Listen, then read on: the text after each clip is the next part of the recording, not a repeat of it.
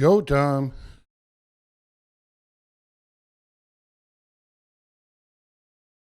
Here, let me clear my throat. All right, is everybody out there testing one? Yeah, I think I am live. Let's see what this. Yeah, let's see what this guy looks like, huh? Oh, there I am. There you are. One concurrent viewer. Wow, already. Amazing. Welcome to Semper's Bunkhole, 300 feet deep, safe from any of them Capitol Police. Ain't getting down here. Them Capitol Police heroes are not getting down here. Hey, friends in code. How are you doing, friends in code? Welcome to Semper's Bunkhole. Again, 300 feet deep from NSA eavesdropping. FBI prying eyes. Local police don't know where I'm at. I don't open my hats unless I'm coming out to audit for you.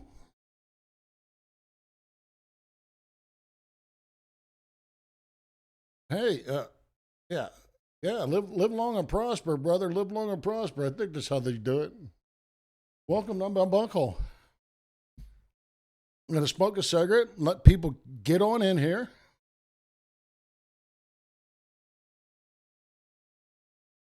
Happy New Year, Happy New Year. I think it's a Happy New Year. I haven't been outside my bunkhole since before the New Year's.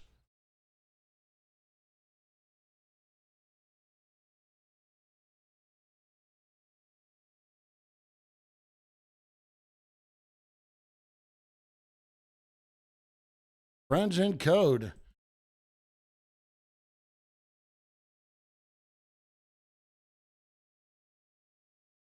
Here's what I'm going to do. I'm going to take a slurp of water. Let the masses get in here because I have about, I'd say, 150,000 subscribers at this point.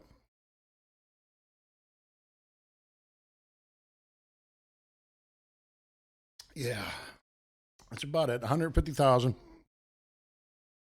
I know. It could be larger. It could be larger.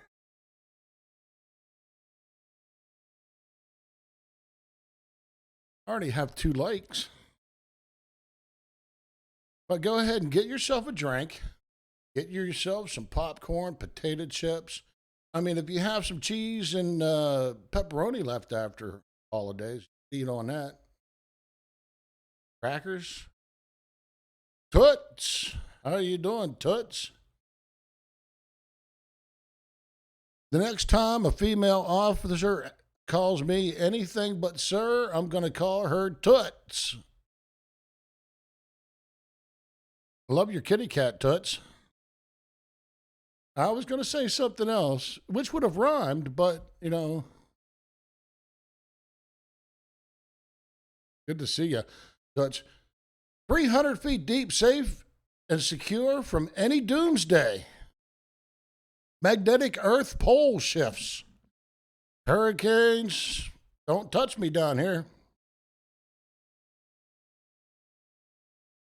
Earthquakes might shake me a little bit, but that's about it. Just give me a little shake. The people, liberty.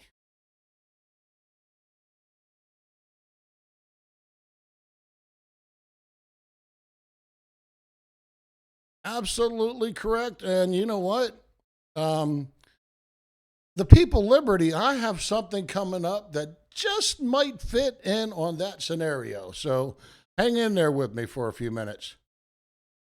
Racing Randy. Racing Randy is in the house. And what I'm going to do, Racing Randy? I give you a mod chip. Yes. So let me finish this cigarette right here. Let the people get into the bunkhole, nice and safe and secure from any riots. Them evil Trump supporters with a whole bunch of Antifa members peppered throughout the crowd. It's beautiful, wasn't it? Beautiful tactics. Government knows how to do it, boy. They're practiced at it. Either way, if you're a leftist freaking protester or a right wing protester, they guide you the way they want to guide you. You do what they want you to do, and you don't even think that you're doing what they want you to do. Because it's all a herd mentality. Whenever a group gets moving forward, they all kind of move in motion in unison. It's a collective brain at that point.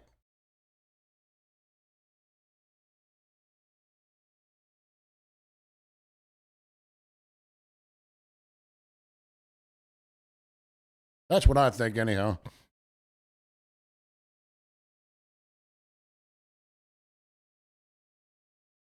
You know, if you study masterminds and just absolute geniuses like Saul Alinsky and Machiavelli, when he wrote The Prince, he was in jail.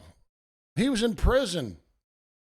He was chained up with one arm like this while he wrote The Prince. You know, had one arm up here, and he had to write The Prince with one, probably his left hand, because they wanted to punish him. He was probably right-handed, Machiavelli, and he was in prison, and he had his one hand up and changed like this, and he was forced to write The Prince with his left hand, right? Yes, that's exactly right. Followers. Uh, Civil War never ended. Never has. Never did. It just, what the Civil War did is it enabled the federal government to have a standing army in this country. Thank you.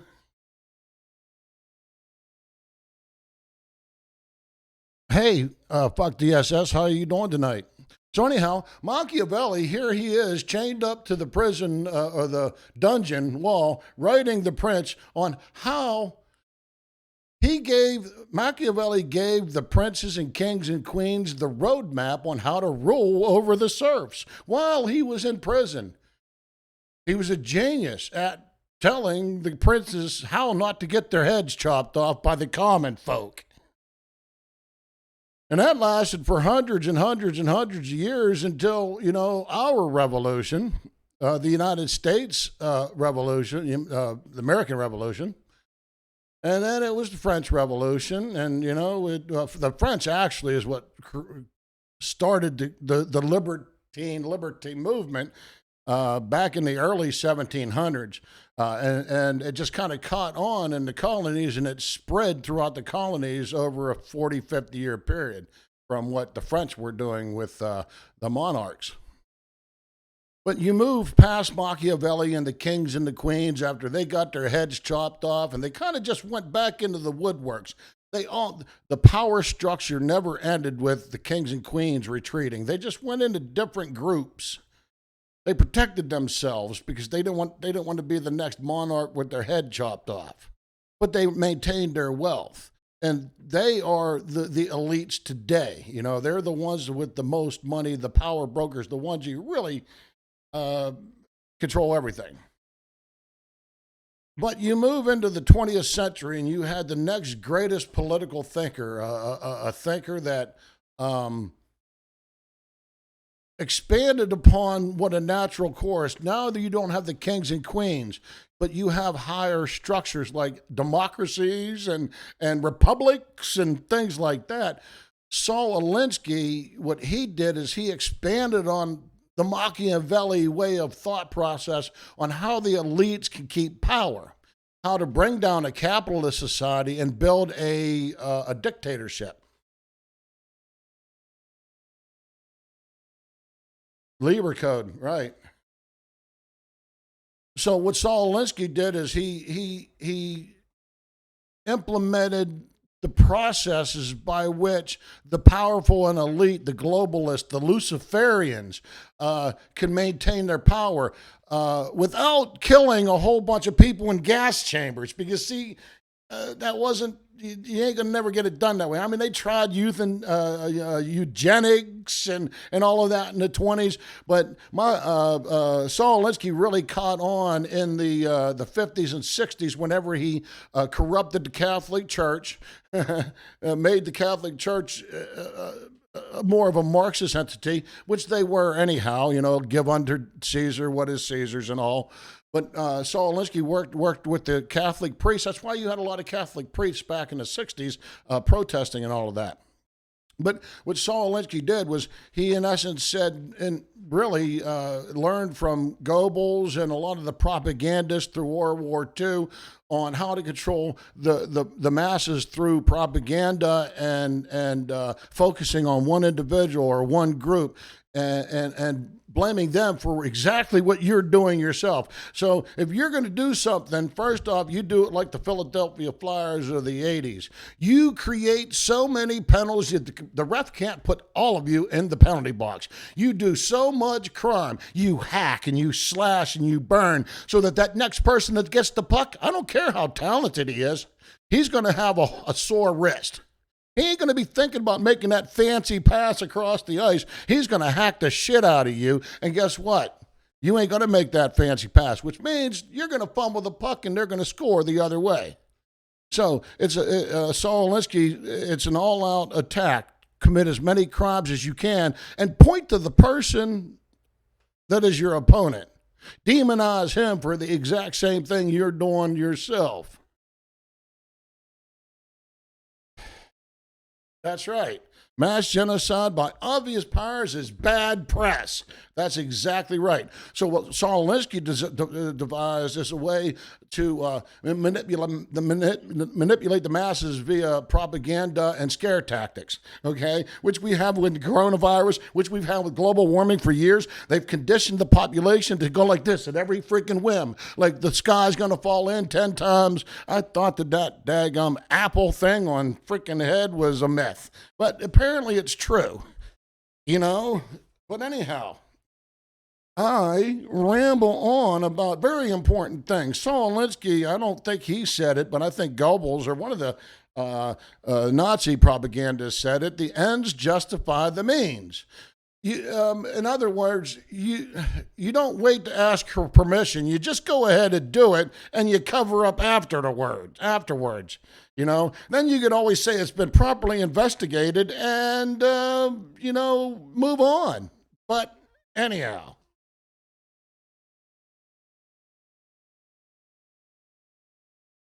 Okay. So moving on to the next level of two people called Cloward and Piven. As a matter of fact, let me digress. Hillary Clinton wrote her thesis in college on Saul Alinsky. Saul Alinsky's book, Rules for Radicals. You got to read the book, Rules for Radicals, Saul Alinsky. He wrote a couple other books after that that were addendums to Rules for Radicals. But Hillary Clinton wrote her thesis about Saul Alinsky, and Saul Alinsky actually dedicated that book to Lucifer, the first radical. Okay.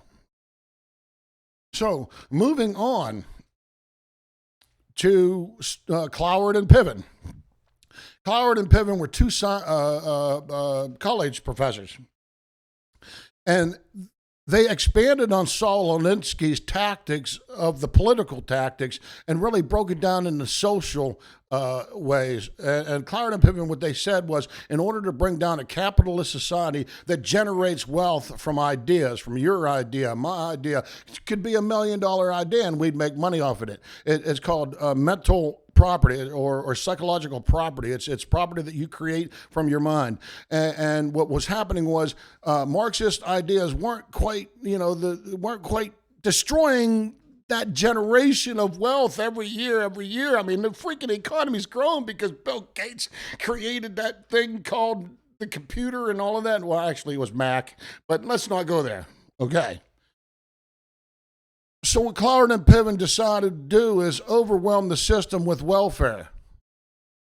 You give out so much money. You overburden the capitalistic system with welfare, the population. Get them on, everybody's paid everything for everything. Abortions, COVID. I want my $2,000 COVID check, Joe. Bring it on and keep them coming. So now here we are today. We've already got the scare tactics and all of that from Saul Alinsky. They've separated us all by race, color, gender, age. They've separated us. Saul Alinsky, Machiavelli. They have distorted language. They've distorted facts. Nobody knows what anything means anymore. All by design. MD, how are you doing tonight? Good to see you. All right, is everybody following me, or am I ranting too much? Well, thank you very much, Panster. Okay, so Collard and Piven went and said that the only way you could bring down a capitalist society and rebuild it into a Marxist, socialist style society is you have to overwhelm the system with welfare recipients. That's why you have unfettered borders. They want all of these people over for multiple reasons. Now, I don't object to all of that. I'm not saying one way or the other whether it's right or wrong, but all I know is that's why you want that many people in this system, because you overwhelm multiple systems. You overwhelm the hospital systems. You overwhelm the welfare system, the education system. You overwhelm a whole bunch of systems. It wasn't getting done fast enough. We need to get this going, people. We've been doing this for over 100 years, and we ain't getting nothing. And then you have people like AOC and Talib and all of them, which are Marxist. I'm not one way or the other. I'm constitutionalist. I hate Republicans and I hate Democrats. At least the Democrats tell you they're fucking Marxists. Okay, so let's get over that. I'm calling them a Marxist. No, they call themselves Marxists. Look at their literature. Okay, now you have the right wingers and the Trump supporters, and that's the Tea Party. That's where I stem from, is Tea Party constitutionalism. Okay. I am ranting, aren't I?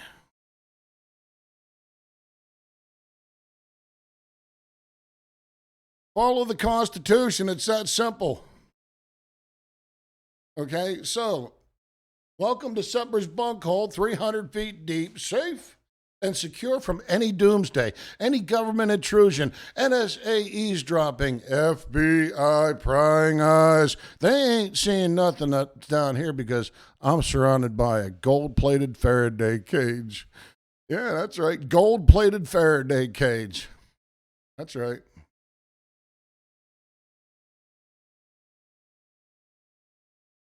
Okay. The Constitution unites, doesn't separate. It doesn't distinguish between color and race. They do. The only entity in this country that's allowed to ask you about your race isn't your job, isn't McDonald's, it isn't anybody, because they're regulated. They get put in jail for that shit. It's the government that asks you for your race, your age, your date of birth. Let me see your ID, son. They're the only ones asking these questions. Why? Why? Because they want to separate us by them identifiable marks.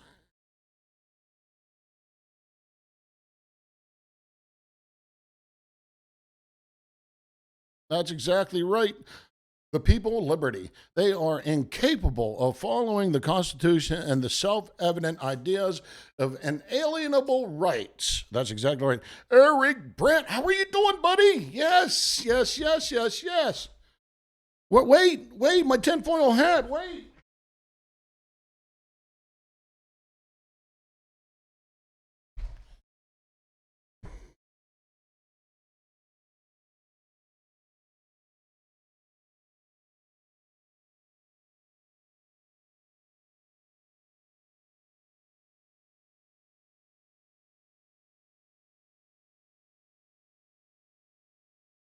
Yeah, like that? Yeah, look at it. Uh-oh, San Joaquin Valley's here. Okay, I gotta look straight for San Joaquin. I don't want him to think that I'm crazy or anything. Hey, San Joaquin Valley, how are you doing, man?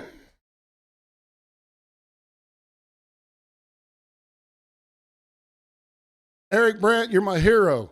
You're funny as hell. San Joaquin Valley, you teach me a lot. Eric Brandt, you're a genius, brother.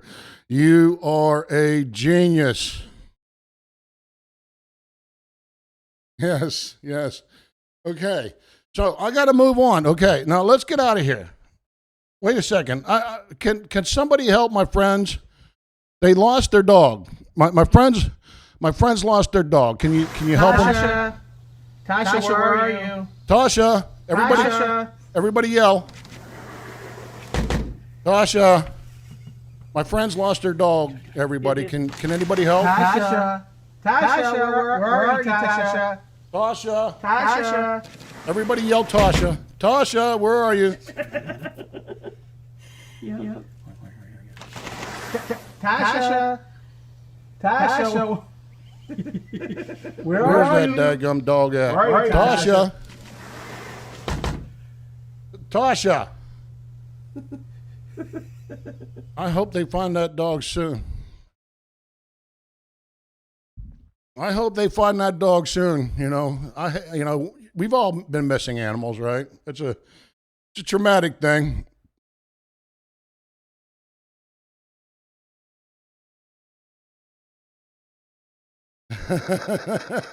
No, I didn't. But I hope we could help that family find Tasha. If you see Tasha anywhere, just let me know, and I'll get back to that family. Okay. But let's get out of here. I have to go to this room first in order to do what I have to do today. But let's get out of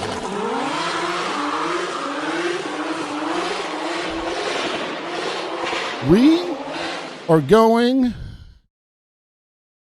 to my horticulture room.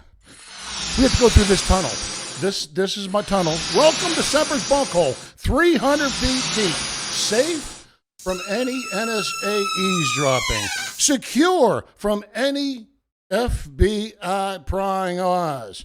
I don't crack my hatch to Semper's Bunkhole unless I'm coming out to audit for you. All right, this is my horticulture room. Isn't it beautiful? This is my horticulture room. And let me tell you, I grow so many plants. I grow peppers. Okay, look at the peppers. I grow peppers. A banana tree. Look at my banana. I produce bananas, sweet, succulent bananas. Can I offer anybody some fruit? Look at all this fruit that I make down here. I grow it. Well, it's not me. I don't grow it personally. But I have so many scratch and sniff, I wish. That's right. Okay. I have so many carrots. I grow so many carrots. They're just floating everywhere down here. The vegetables, I got to tell you. There's way too many vegetables down here. And I can only attribute all of this growth, all of this produce, all of this beautiful smelling product to one man, my horticulturalist, the best horticulturalist in the world. Smoke weed every day. Pup Dog. Smoke weed every day. Yeah, Pup Dog. Yeah, he's the best horticulturist in the world. I would not be able to do it without Pup Dog. Wouldn't be able to do it. No. All right, well, let me reach back here and grab. I got to reach all the way back and grab. I got it. All right. Oh, wait, let me put this down. Let me put that down right there. All right. Now, I got something for Christmas. Where did it go? Oh, there it is. All right. What's that song? What's that song that you sang at Christmas? Banster. What's that song? MD. What's that song? The snowman song. Oh yeah, Frosty the Snowman. All right, Frosty the Snowman. What did he have? What did Frosty the Snowman have? A button nose? Yes, yes. Ding ding. He had a button nose. What else does Frosty the Snowman? What else did he have? He had a hat. Did he have a hat? I know he had. Hang traitor ass snowman. I concur the people liberty. What else did he have? Okay, I got it for Christmas. I got one of the things that the Frosty the Snowman had. Was it 2 pieces of coal for eyes? No. Okay, I see y'all aren't playing along anymore.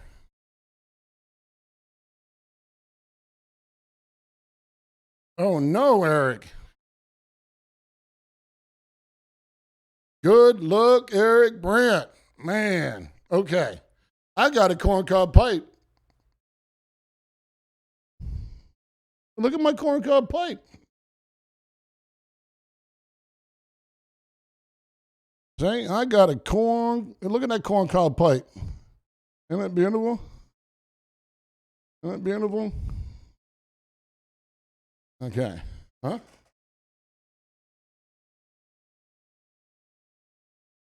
All right. If you got them, smoke them.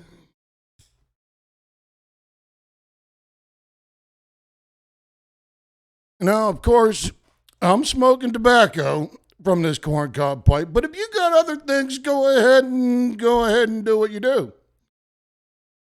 It is definitely 12:49 somewhere, or yeah, it's 12:49 here. It's probably 4:49 somewhere else. Could be 2:49 also. Okay. All right, moving on. Okay. We have to go to PP13. Police Precinct 13 for short. So let's go there. And I am so sorry, people. We have to go through this tunnel to get to Police Precinct 13, the most unlucky police department in the country. I'm so sorry. I hate this tunnel. Oh my.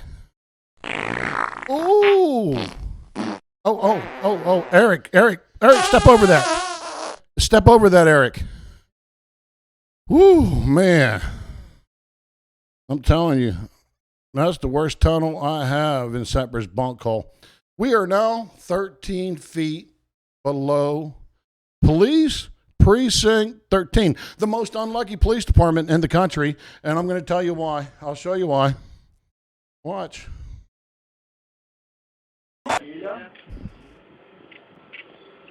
Police Precinct 13 in training. Oh my. Them police up there at Police Precinct 13 are pretty fucked up, man. Yeah, they're pretty fucked up police. Yeah, I mean, let's take another look at what happens up in Police Precinct 13, okay? Police Precinct 13, the most unlucky police department in the country. They just can't get anything right. They're in hot pursuit. They're coming. Hurry, they're coming around the corner. Police Precinct 13, folks. He went that way. I mean, that way.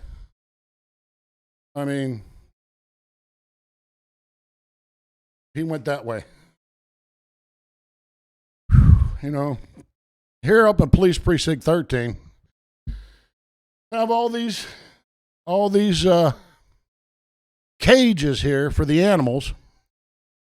You know, all these cages. You can't hear them right now, but they're all sleeping. But just don't make any noises.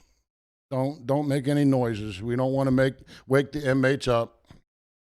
You know. Police Precinct 13, they're nice guys every once in a while up there. They're, you know, you gotta give them a hand, you know. Up there, Police Precinct 13, every once in a while they're cool. Yeah. A little high five never hurt anybody, right, folks? A little bit of high five never hurt anybody. But let me tell you, it could get pretty brutal up there on Police Precinct 13 too. It could get brutal, man. We are going to teach the young children about weapons. The children are on Police Precinct 13. Be safe, children. I'm the only one in this room professional enough, and I know of to carry this Glock 40. I'm the only one.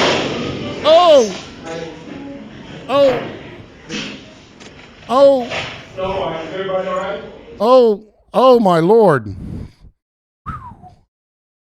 I think he's one left testicle short, but he's all right, kids. Is everybody all right? Everybody all right?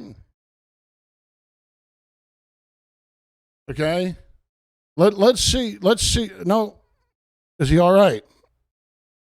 Do you think he's all right? Yeah. They just can't get enough of a Police Precinct 13. They just can't get enough. Spread the phone real quick. There you go. Hand on your head. There you go.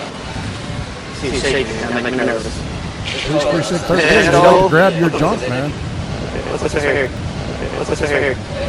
That's your finger. Alright. Sorry about that.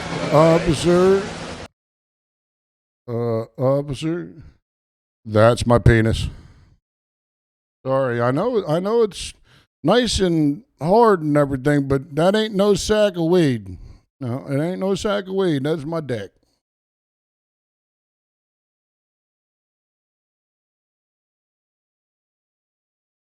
All I gotta say,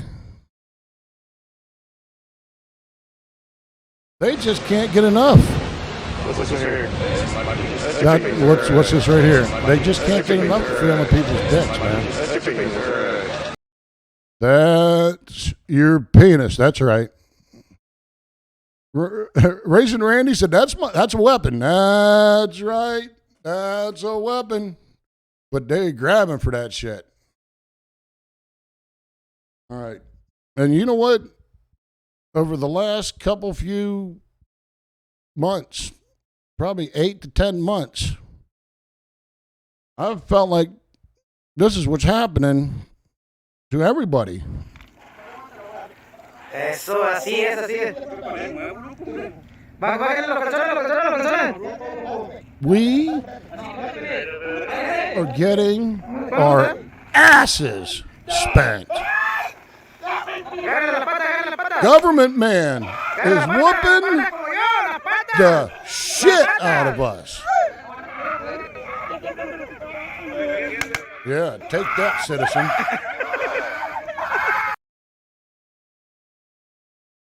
Take that, citizen. We are taking it on the ass. Man. But that's enough from Police Precinct 13.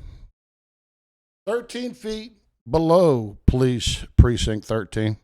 The most unlucky police department in the country, if not in the world. All right, we're heading to the next, my favorite. This is my favorite room in the Bunkhole. This is why I needed to stop off at my horticulture room.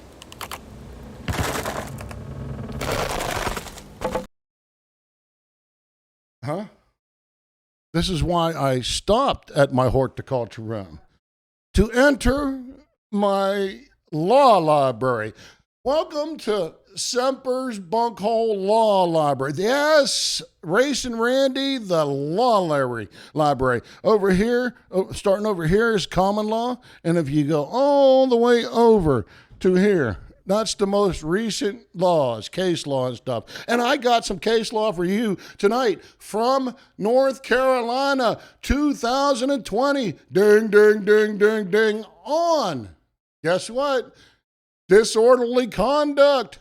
Fuck you, as you are waving at a cop going by. We have another Supreme Court, North Carolina Supreme Court case on profanity in public. And it's great. This is why I do it. This is why I love being in my law library. All right. But first, I got to do this. Now, the Constitution and all of that, let me put it this way.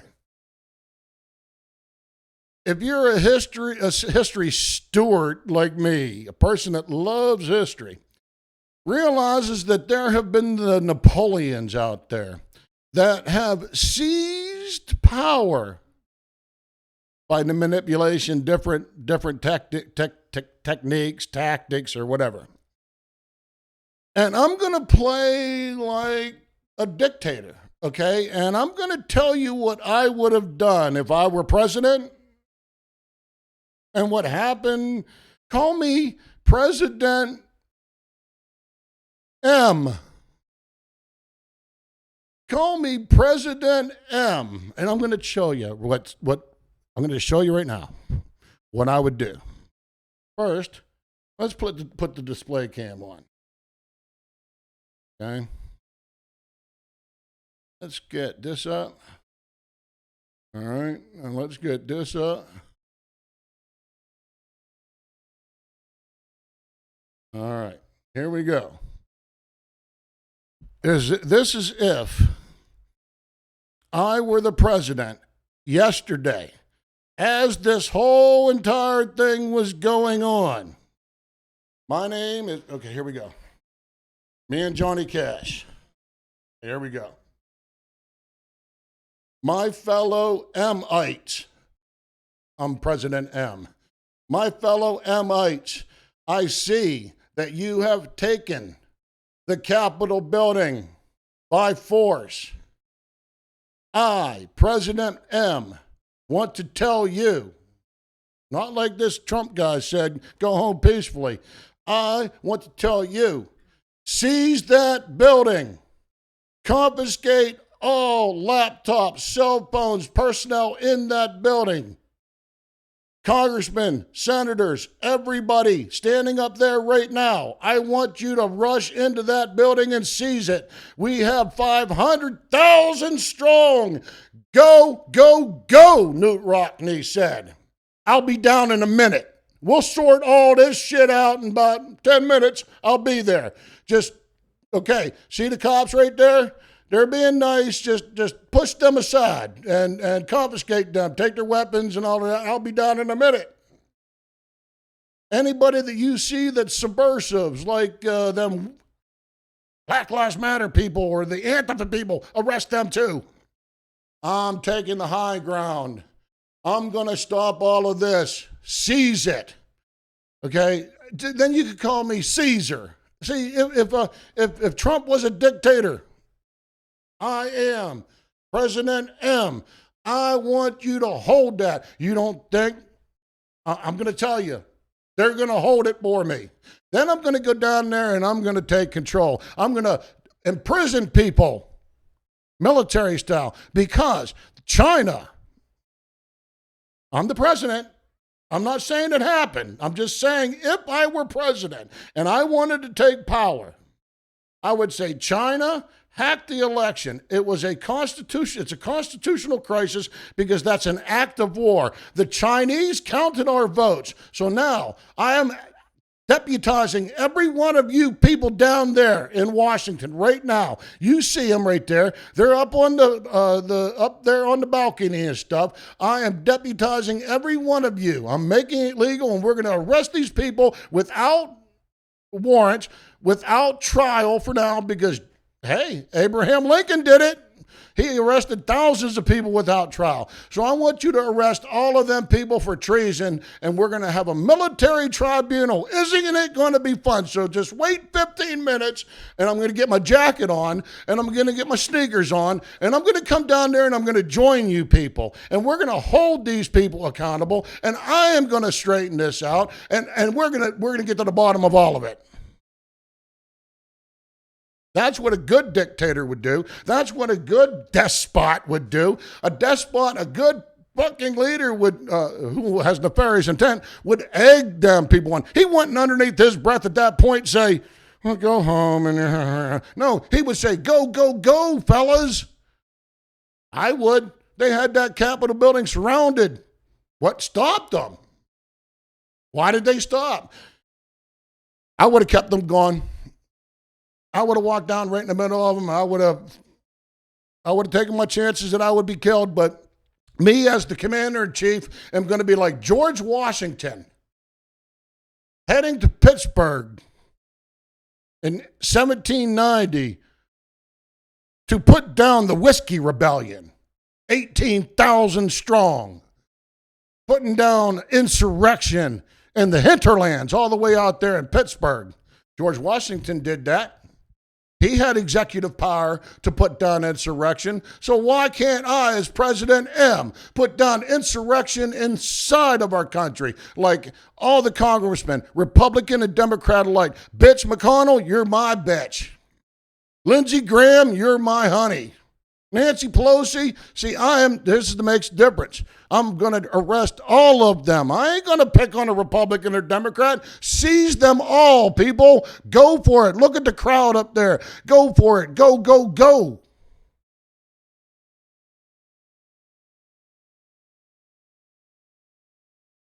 Ta-da. What do you think? Could I have been dictator at this moment? Could I have been dictator at this moment? Could I have moved you to stay there all night long?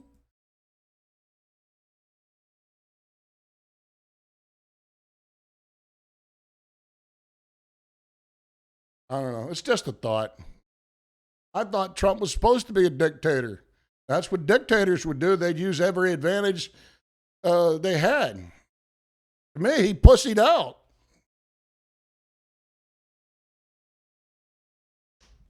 All right. Enough of that fun stuff, because I really don't like to get political because I'm more constitutional, but hey, it just happened yesterday, and it was kind of historic. But let me see who all's in here tonight. Racing Randy, welcome to Semper's Bunkhole. Green Mirror, welcome. I don't think I've ever seen you in here before. But welcome into Semper's Bunkhole. 300 feet deep, safe from any doomsday. The People Liberty, fuck DSS. San Joaquin Valley Transparency.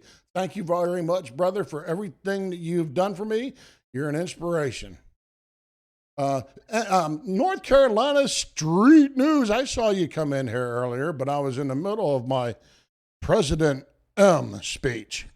All right, welcome, man. Who else? We got Friends in Code. Banster. How are you doing, man? Beej is watching. Beej. D. Well, who is that? MD. Yes, MD. How are you doing tonight if you're still in here? All right. Let's get rid of this right here. And what we're going to do, we're going to get right into this beautiful, let me blow this up a little bit. Let's page down, see if everything fits. Yes. Okay. Let me put a dip in. Let me put a chew in.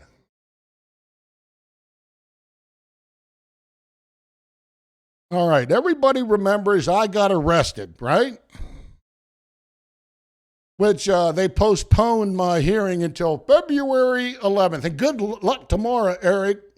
I hope you make it, buddy. I hope you make it. You actually inspired me to do what I'm doing now. I was well involved with different kinds of case law before I started auditing, and I saw you walk into a building one day and just rip somebody apart. Technically rip somebody apart. Not mean, but technically rip somebody apart. And I thought, wow, that is incredible. So that's why I started what I did. Thank you very much, Eric. Okay, and this is why I love studying case law, because case law is like a mini book. It's actually real. It happened. Every piece of case law has a story, and everybody loves a good story, right?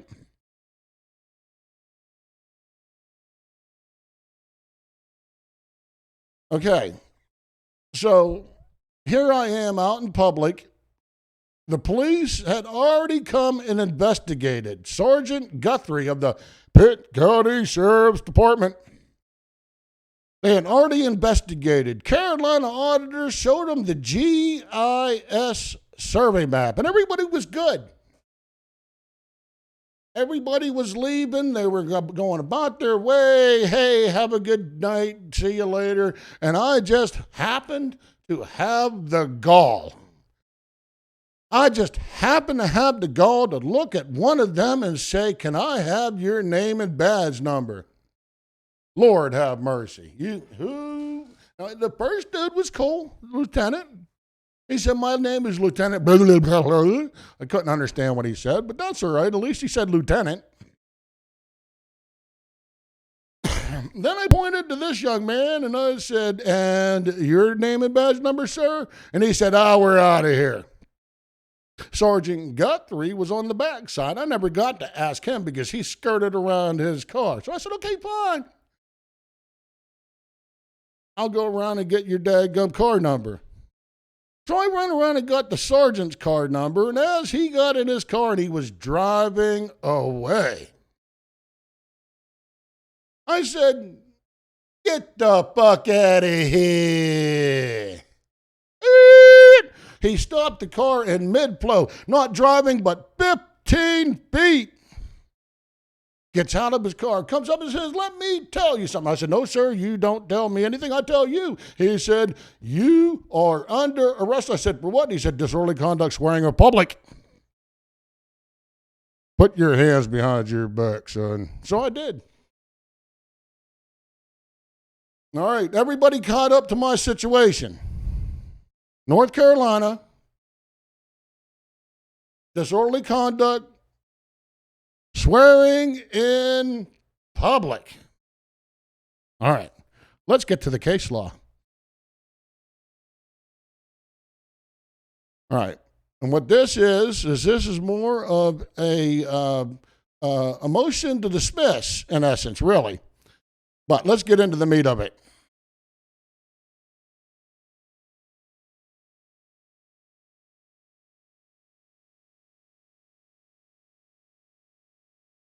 All right, here we go. This is State versus Ellis. Right here.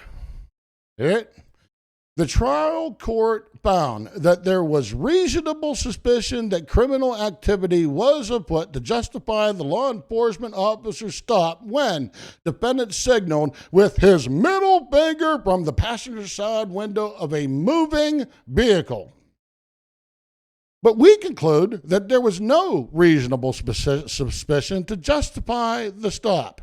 We reversed the decision of the Court of Appeals and remand this case to the Court of Appeals for further remand to the trial court for further proceedings not inconsistent with our decision. Okay, you get that up front. Now let's find out what the facts are. Now, can you see it? Okay, let's get around lunchtime at 9. This is in North Carolina, Supreme Court. Really? Ready? At lunchtime on January 9, 2017, a few days after a significant snowstorm, Trooper Paul Stevens of the North Carolina State Troopers Patrol was flagged down in Stanley County by a stranded motorist who had run out of gas. That happens, right? Poor bastard. Okay, temperatures were below freezing, and Trooper Stevens stopped to help. That was awfully nice of Trooper Stevens, right? Right, guys? Okay, so Trooper Stevens called for an officer with the Albemarle Police Department to help him render aid to the motorist. Now, do you think that they really went up to that motorist thinking that they ran out of gas? Yes, we do need to go filming someday, fuck DSS. Okay, getting back to the story. Officer Adam Torres arrived at the scene. Both Trooper Stevens and Officer Torres had their blue lights activated while their patrol cars were positioned on the side of the road. While assisting the stranded motorist, Trooper Stevens turned his attention to another car traveling on the roadway. Dependent, a passenger in a small white SUV, had his arm outside of the window and was making a back and forth waving motion with his hand. Right? You can see it, right? Snow, the troopers going, sucking gas, trying to get the gas in the tank. You know, he sees this motorist driving by, catches the corner of his eye. He says, here, suck on that. So he sees this guy going like this, right? The passenger in the small white vehicle was waving his arm in a back and forth waving motion with his hand. As Trooper Stevens turned to look towards the car, defendant gesture changed from a waving motion to a pumping up and down with his middle finger. So you can see it, right? Oh, that's nice. What? Right? So, boom, he's going by, right? Now it gets good. Here's where it gets good. With his middle finger, believing that the defendant was committing the crime of disorderly conduct, the trooper takes his lips off of the fucking hose. Okay, moving down.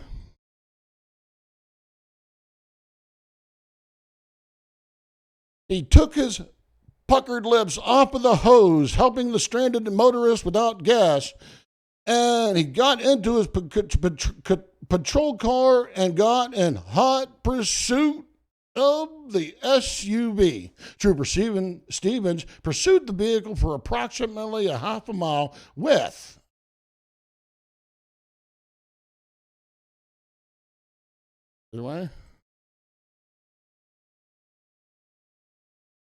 his blue lights activated. Trooper Stevens did not observe the SUV breaking any traffic laws during his pursuit, and the SUV pulled over to the side of the road without incident. Okay, so you all can see it, right? Would you do it? I know Eric Brandt would do it. Eric Brandt would driving down the street, and I'm telling you, the cop would be giving CPR. And Eric Brandt would say, "Fuck you!" Right, Eric Brandt? Okay, but this dude was just sucking gas, trying to get gas into the tank of the other one, right? So he gets distracted and he sees this, he turned to "fuck you." So he gets in hot pursuit, pulls the guy over, sees him violating no laws whatsoever, traffic laws. Yeah, that's probably true, Eric Brandt says. Okay, so here we go. When Trooper Stevens asked the driver and defendant for identification, "Give me your ID, boy," they both initially refused. After about a minute, the driver provided her identification, but the defendant still refused. "Hell no, I ain't going to give you my ID. Or am I being charged with a crime? What crime do you suspect me of committing?" I could see it, right? And then here's the other cop on the other side. You know that he got backup. You know that one cop, sucked the gas real hard, the one back there, and it got into his throat, and he handed it, and he stuffed it in there, and he said, okay, you're good to go. And he's in hot pursuit, spitting gas out the window, right? So anyhow, he's coming close behind. But the officer asked for identification, but the defendant refused. Trooper Stevens took the defendant to his patrol car, and eventually the defendant agreed to provide his name and date of birth. Okay, don't know if he was arrested. Apparently he was, because he gave his ID, or he was afraid. Trooper Stevens issued defendant a citation for resisting, delaying, and obstructing an officer under North Carolina G 14-223. Okay. You ask where disorderly conduct comes into all of this, and this is important to my case. Moving up. At the trial court, defendant moved to suppress Trooper Stevens' testimony, arguing that there was no reasonable suspicion to justify the stop.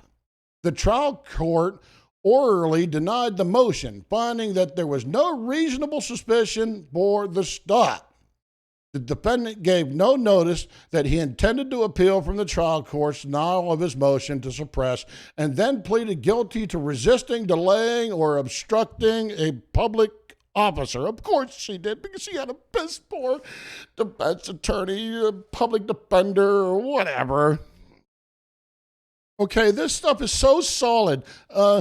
Swearing in public is such solid case law. Don't be afraid of these disorderly conduct charges because you cuss at a police officer. It's an open and shut case. And if you understand it from Cohen versus California to Houston versus Hill to a multitude of others, including this case law, they're all coming down on the side of freedom of speech. Fuck the police, right? Eric Brent and fuck DSS. I mean, that sounds pretty bad right there. Fuck DSS, right? Racing Randy? Okay, so everybody take a break for a second. Can I have your water?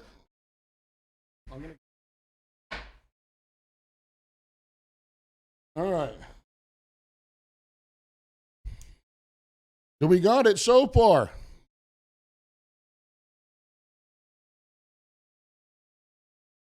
All right. Do we got it so far?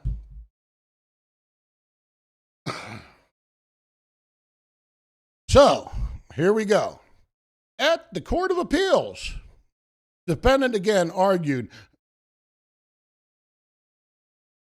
in the face with a cactus.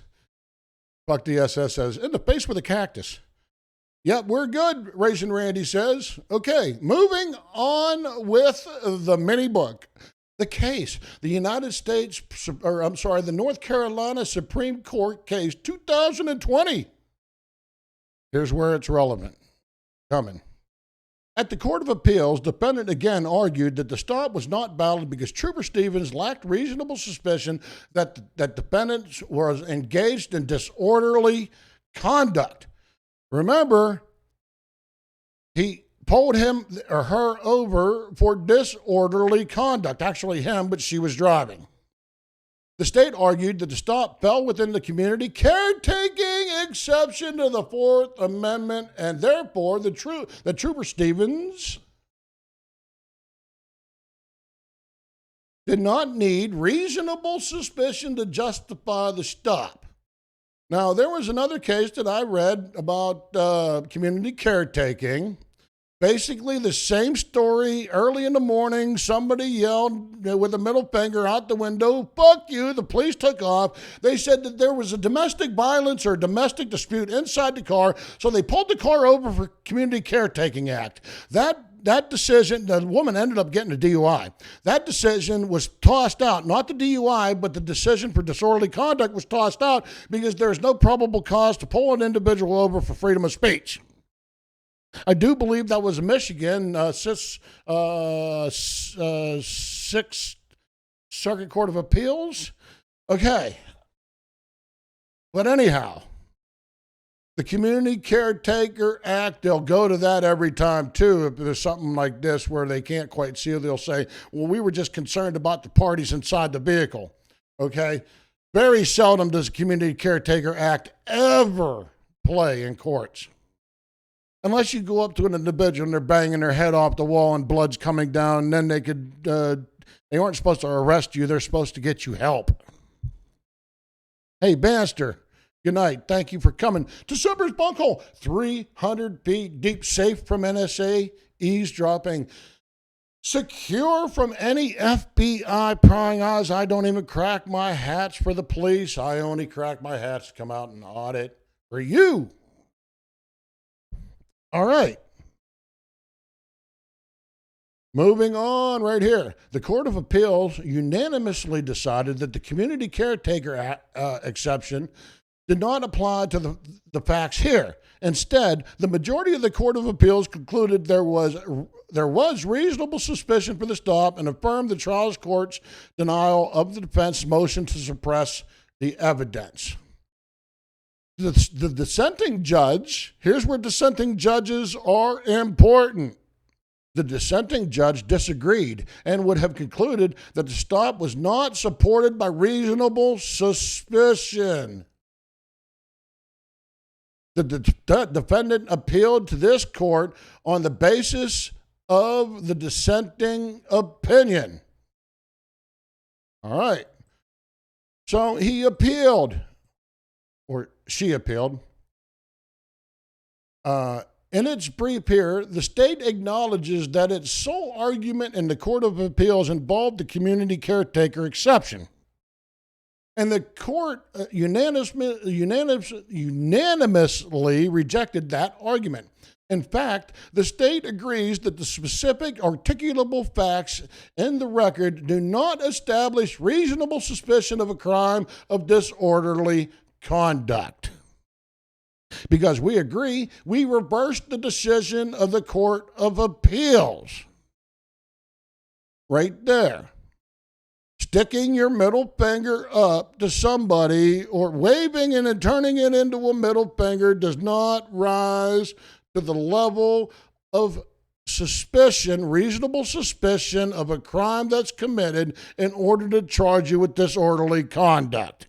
Another court in North Carolina that proves my case. I cannot wait to get into court. I can't wait to talk to the district attorney. I've called them multiple times, but they just don't want to talk to me. I don't know why, but they don't. My court case has been passed on. Hey, Eric Brandt, good luck tomorrow, brother. I hope you win it. I hope you crush them, baby. But my case has been pushed back to, I think, the 11th of February.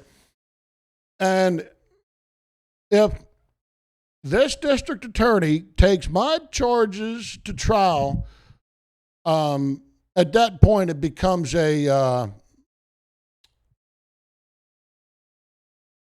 what do they call a prosecution? I'll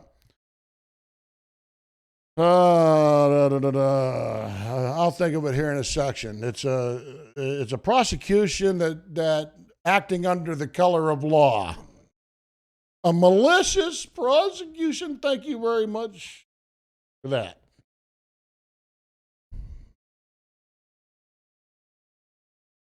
That's exactly right. If you go ahead and prosecute me, then your qualified immunity's out the window too, because I'm giving you facts right here from daggum Cohen versus California on up to this case right here. How many case laws do you want me to provide to you before you drop this disorderly conduct case against me? And trespassing on railroad right-of-way.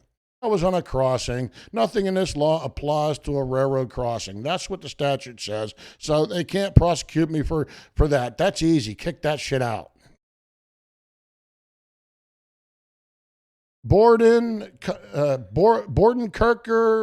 Kircher versus Hayes. I'm going to look that up.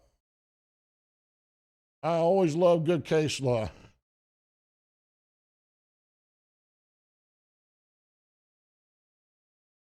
Uh-oh.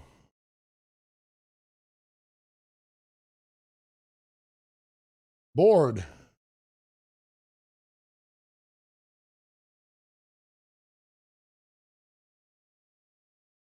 All right. Let me get back to the story, won't you? Thank you very much, the people of Liberty. Where'd it go? Yes. Fuck the DSS. Thank you very much for that case law. Okay, now let's get back to the story, right?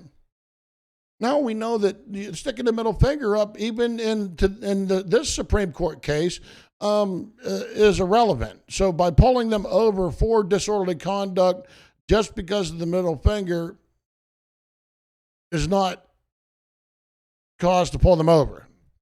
Okay. Right here. We review a trial court denial of motion to suppress to determine whether competent evidence supports the trial's court finding of fact and whether the findings of fact support the conclusion of law. However, finding of facts are only required when there is a material conflict in the evidence. Here, look at here. Number one, you always got to read these little addendums, these little numbers down there, because they're kind of packed full of information.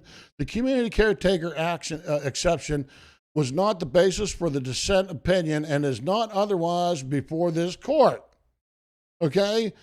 That judge, remember, the dissenting judge only argued the probable cause part of this case.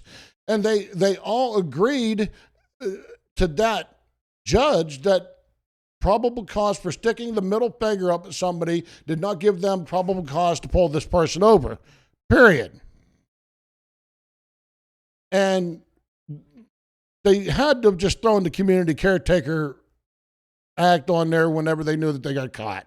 That's when you do that. Okay. Moving down. Whereas here, there is no conflict in the evidence. The trial court's finding can be inferred from its decision, blah, blah, blah, blah, blah. In these circumstances, we review de novo whether the findings inferred from the trial court's decision support the ultimate legal conclusion reached by the trial court. Refusing to identify oneself to a police officer during a valid stop may constitute a violation of blah, blah, blah, blah, blah. We hold that the failure to provide information about one's identity during a lawful stop can constitute resisting, delaying, or obstructing within the meaning of blah, blah, blah, blah, blah. The primary issue before us is whether the Trooper Stevens stop was valid. Right.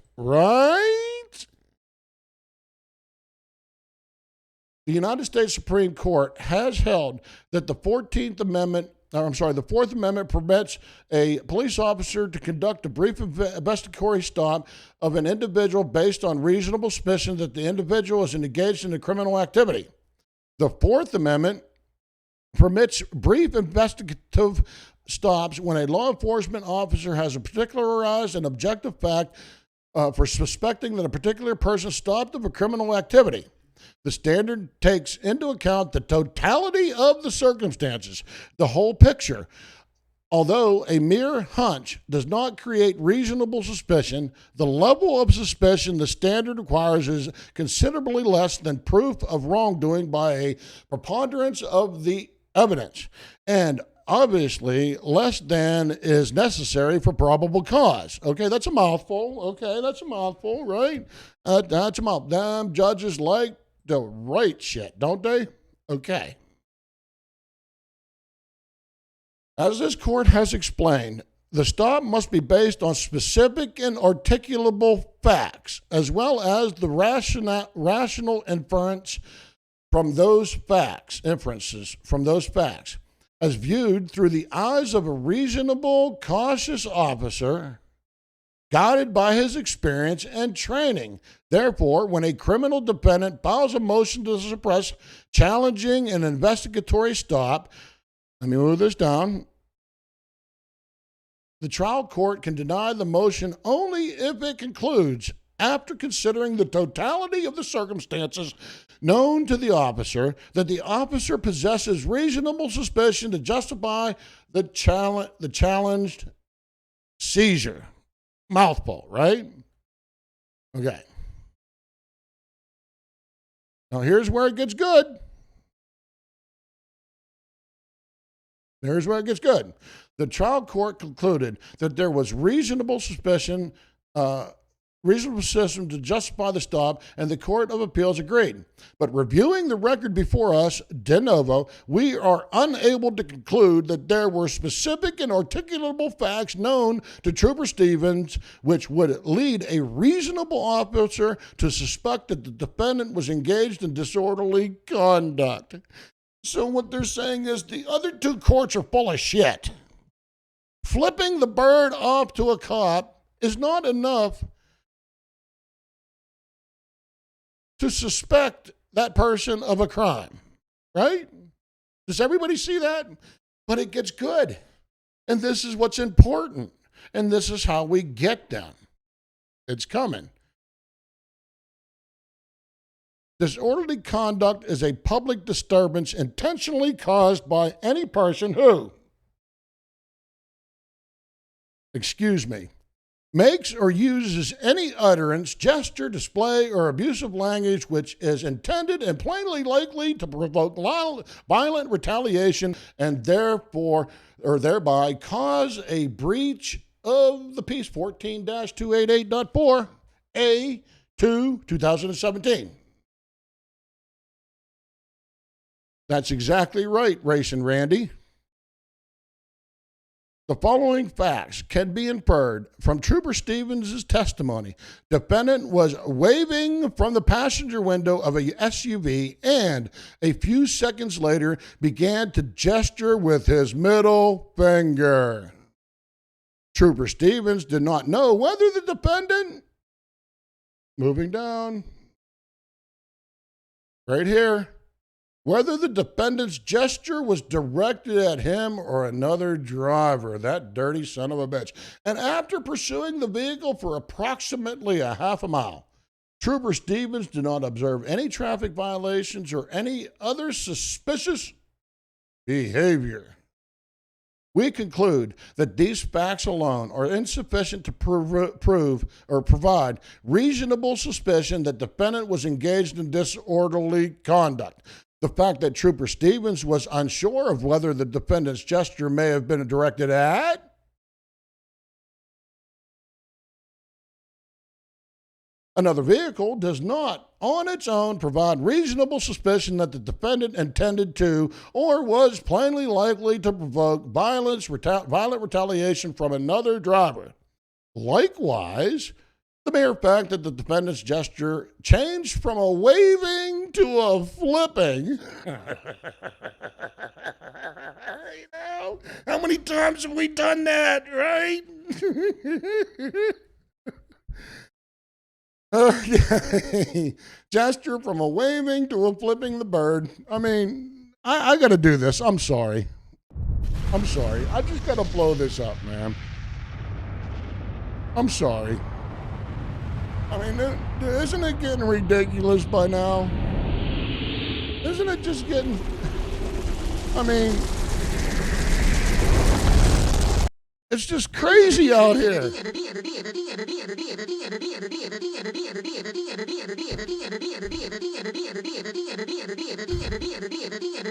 That's all, folks. That's all, folks. I mean, it's nuts. Might as well just... Sergeant Guthrie, where are you at, brother? All right. Moving on.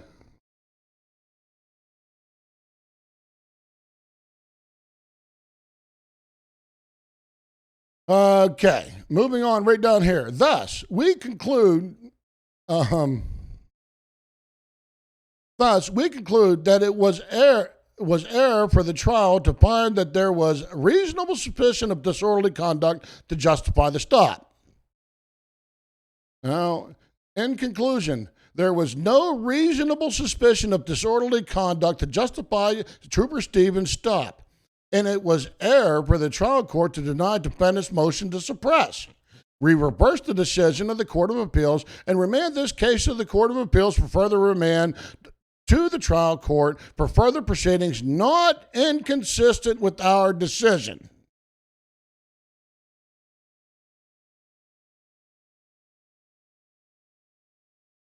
All right. Get it?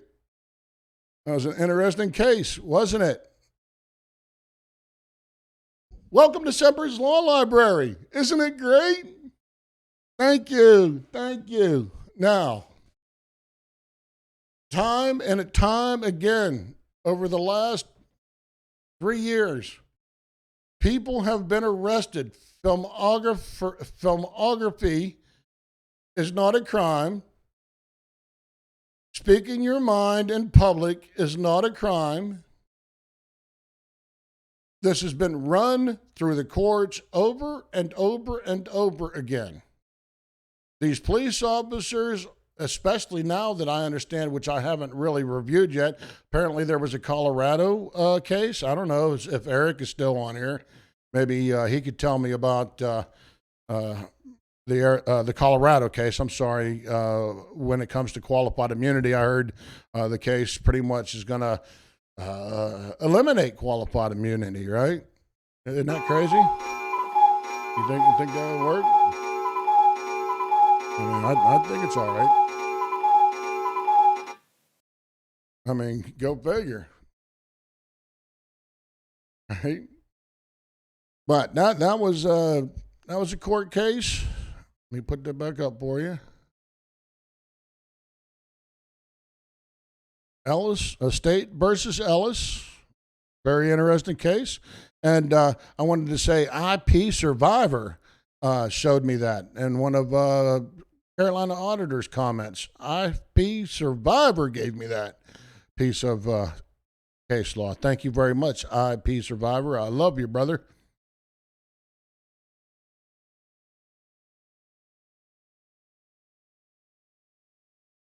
All right.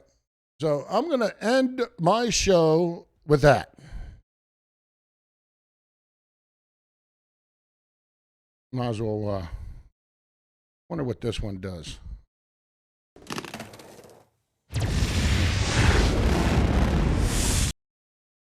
Yeah. I'm going to drop the bomb on you. Okay, we're going to go back to the living room and I'm going to get out of here.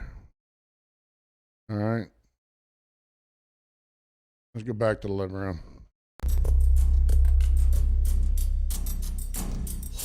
All right. Thanks, everybody, for coming into Semper's Bunkhole so early in the morning. Again, Happy New Year. I appreciate it. Hopefully, we'll have a good New Year and I won't be arrested too many times going out there.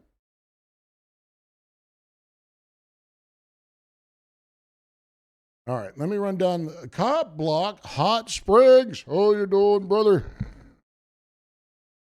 Here, let me, can somebody clean off the screen? Can somebody please clean off that screen right there? I can't see. There's a whole bunch of stuff on the screen there. Oh, right there. Yeah. Thank you. Thank you very much. I appreciate that, man. Hey, thank you very much, Racing Randy. Yeah, the People Liberty. I hope you enjoyed it. MD, thank you for sticking around. And Semper's Bunkhole, Green Mirror hung around for a very long time.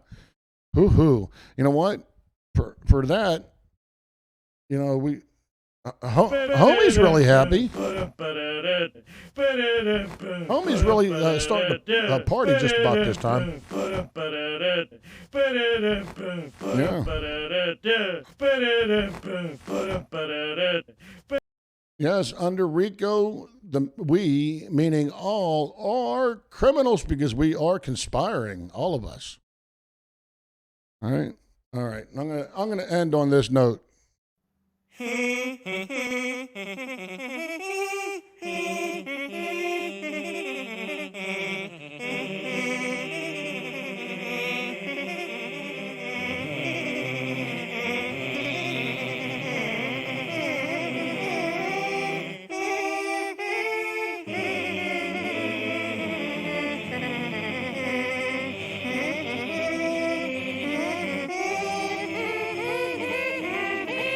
Good night, everybody. Love you all. Thanks for stopping in December's Bunkhole, man.